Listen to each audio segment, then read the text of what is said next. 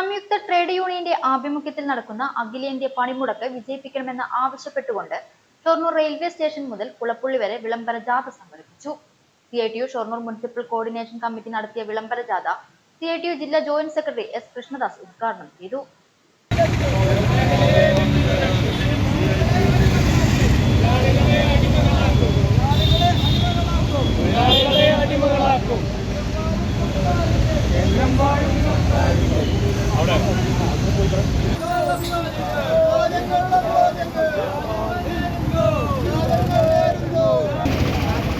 അഖിലേന്ത്യാ വ്യാപകമായി നടത്തുന്ന പൊതുപണിമുടക്കിൻ്റെ പ്രചരണാർത്ഥം ഇന്ന് വൈകുന്നേരം 4 മണിക്ക് ഷൊർണൂർ റെയിൽവേ സ്റ്റേഷൻ്റെ പരിസരത്തു നിന്നും CITUവിൻ്റെ ജില്ലാ ജോയിന്റ് സെക്രട്ടറി സഖാവ് S കൃഷ്ണദാസ് ഉദ്ഘാടനം ചെയ്ത് CITUവിൻ്റെ ഡിവിഷൻ വൈസ് പ്രസിഡന്റ് സഖാവ് വേണുഗോപാൽ നയിച്ച കാൽനട പ്രചരണയാത്രയാണ് ഇവിടെ എത്തിച്ചേർന്നത്.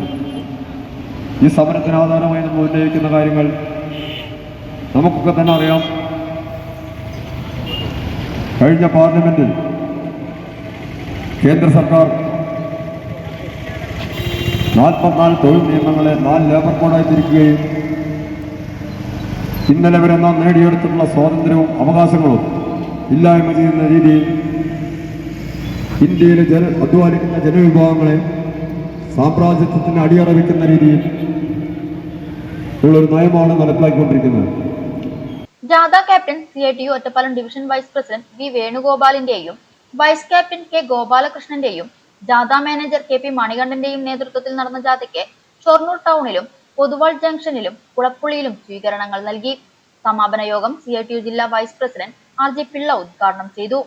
വിവിധ സ്വീകരണ കേന്ദ്രങ്ങളിൽ CPIM local secretary ND Dinshad, കർഷക സംഘം ഏരിയ പ്രസിഡന്റ് സുബ്രഹ്മണ്യൻ, DYFI നേതാക്കൾ ഉണ്ണികൃഷ്ണൻ, വിനീത്, ഡിവിഷൻ കമ്മിറ്റി അംഗം നന്ദകുമാർ, മഹിളാ അസോസിയേഷൻ ഏരിയ സെക്രട്ടറി സൗമ്യ, പുരോഗമന കലാസാഹിത്യ സംഘം മേഖലാ കമ്മിറ്റി അംഗം K Murali, CR Manikandan, auto taxi നേതാക്കൾ ഉണ്ണികൃഷ്ണൻ, രാജേഷ് തുടങ്ങിയവർ പങ്കെടുത്തു സംസാരിച്ചു.